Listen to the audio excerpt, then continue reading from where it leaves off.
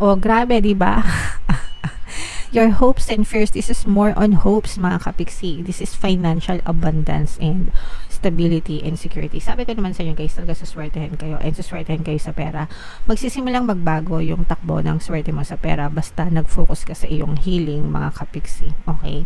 Kahit magsolo ka pa, kahit independent ka, kahit ikaw lang, kahit walang ibang taong tumutulong sa'yo, magiging maswerte ka and maaakit mo ng mabilis na ang pasok ng pera sa'yo.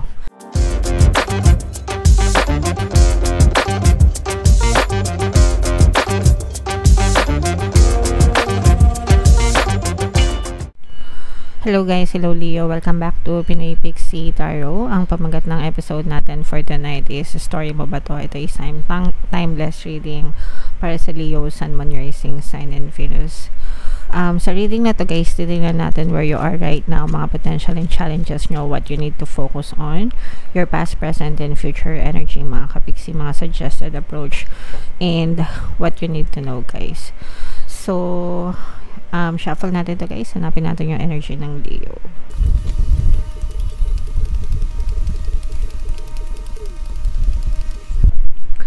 So, Leo guys, kayo ay represent ng Queen of Wands sa ating spread.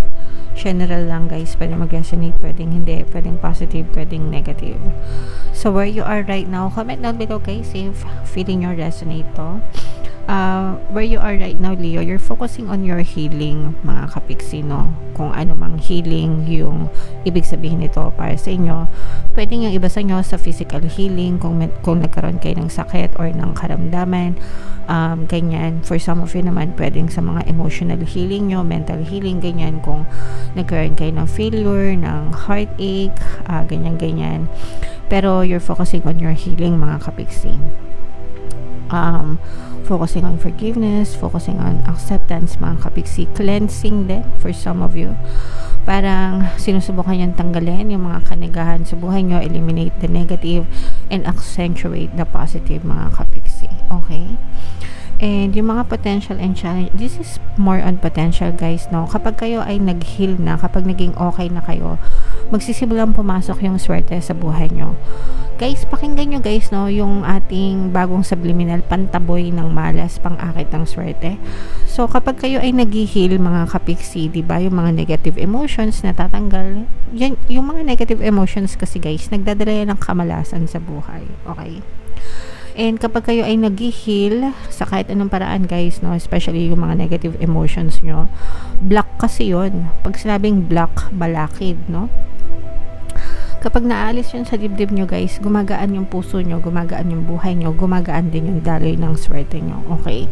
So kapag kayo ay tapos na or magaan na yung inyong pakiramdam, mga kapiksi, dahil nagfo-focus nga kayo sa inyong healing, magsisimulang gumanda yung ikot ng swerte sa buhay nyo. Okay?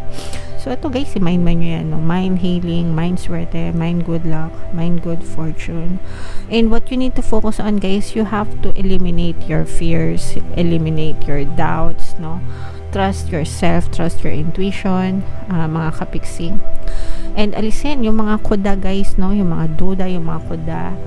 Ano kasi yan, guys, parang anay yan, no? Na nakakasira sa buhay. So, dapat inaalis natin yan sa buhay natin, mga kapiksi. Alright? And in your recent past, mga kapiksi, no, you have somebody, pwedeng dala-dala nyo pa rin ito until now, na parang merong bibigay sa'yo ng inspirasyon, somebody na pinomotivate ka, ganyan. Inspirasyon nga, no? Pwedeng tumutulong sa inyo, pwedeng as in literal na tumutulong sa inyo, pwedeng nagpapalakas ng loob nyo, mga kapiksi, ganyan-ganyan. Okay?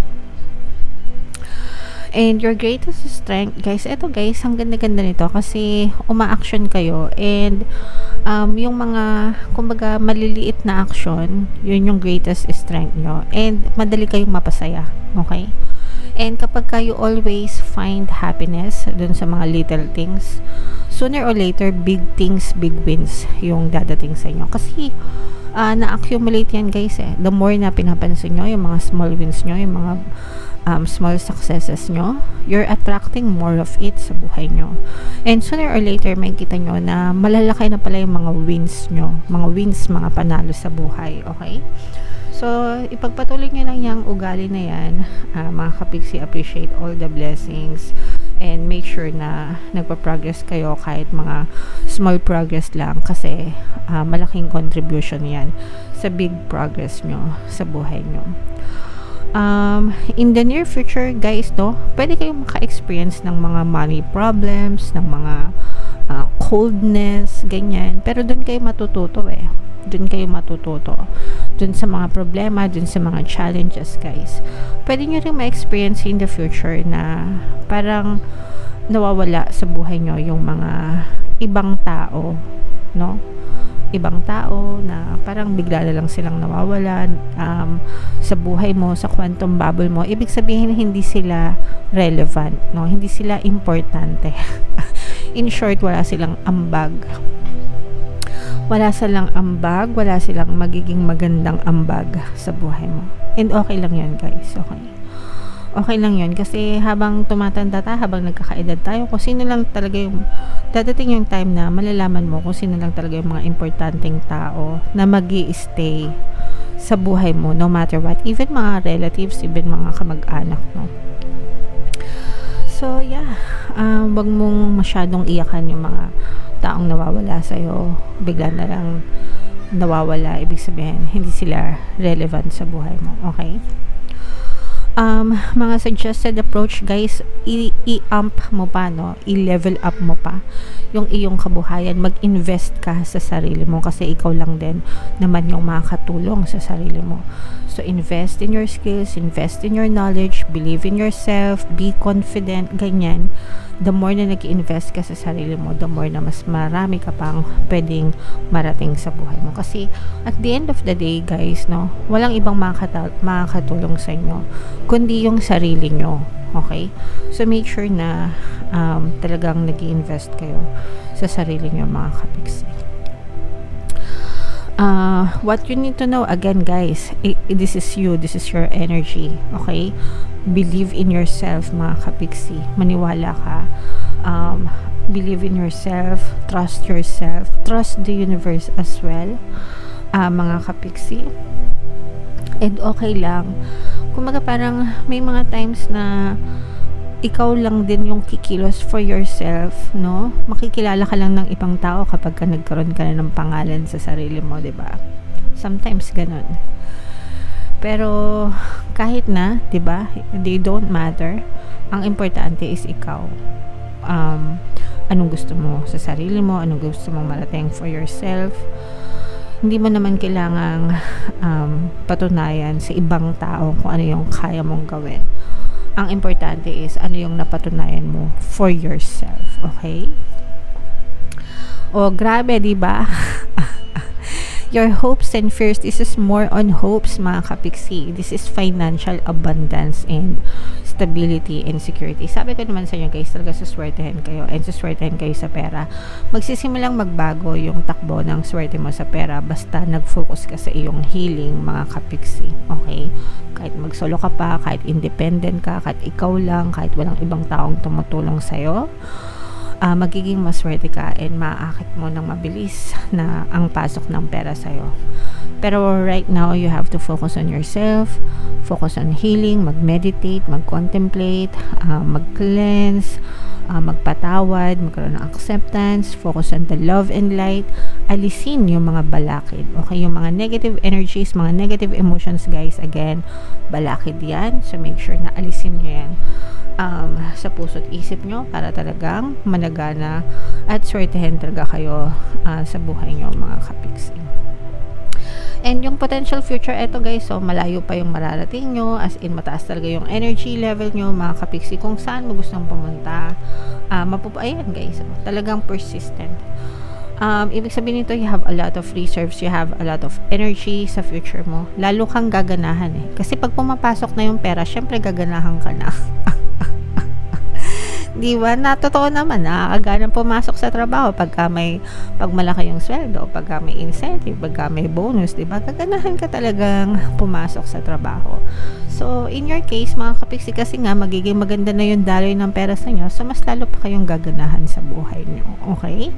Kaya ito guys, i-mind nyo na to sa comment section. Mind swerte, mind good luck, mind good fortune, mind masaganang buhay.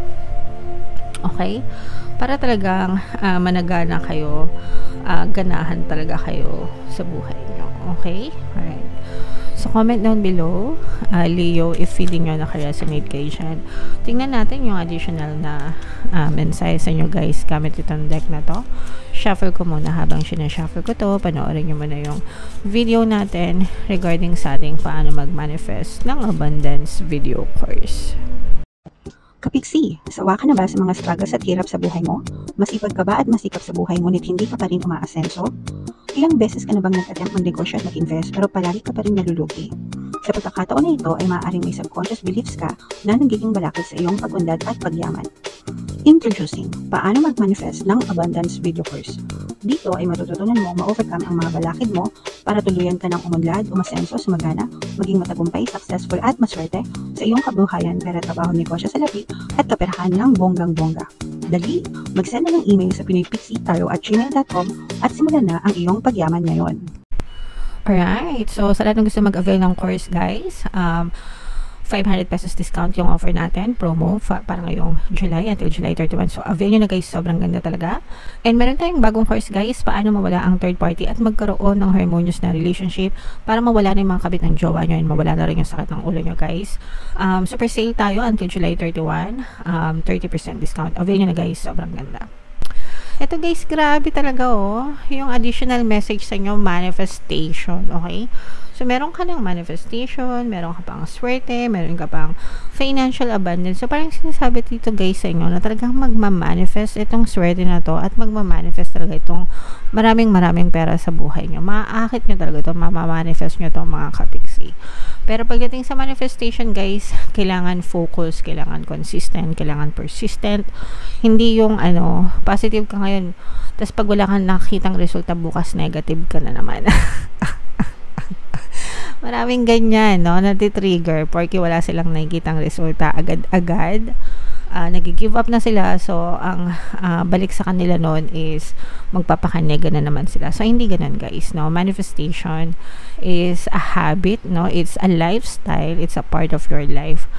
And dapat consistent kayo because kung ano yung consistent na iniisip nyo or dominant thoughts nyo, yun din yung napupush out sa inyong physical reality. So, if you really want to manifest good luck and abundance, kailangan everyday palagi nyo yung sinasabi. Swerte ako, palagi ako swerte, palagi ako maraming pera, mayaman ako, or whatever kung ano yung gusto nyong i-manifest. Dito sa channel natin guys, no, marami akong ginawang mga subliminals, damakmak na affirmations na yon. Kung di kayo marunong mag-affirm para sa sarili nyo, ako na yung gumawa para sa inyo. Papakinggan nyo na lang. At mag-aantay na lang kayo, okay? Pero dapat sinasabayan nyo ng positibong mental diet, huwag kayong magpakanega para hindi nyo makontra yung mga affirmations ng subliminal. Libre lahat ng subliminals natin guys sa YouTube. Kung gusto nyo magpa-customize, pwede rin naman. Pero kahit yung generic, super effective mga kapiksi. So, i-mind nyo yan guys ha. Mind manifestation, mind swerte, mind maraming pera, abundance of money. Deserve nyo talaga yan guys. And ito yung mga pampaswerte subliminals natin. Pakinggan nyo para makatulong sa inyo. And ito naman yung ating success stories ng paano mag-manifest ng abundance video course. Click here to subscribe guys and click here to join our membership program. Thank you for liking, sharing, and subscribing, and see you again next time. I love you all guys. Have a nice day. Bye-bye.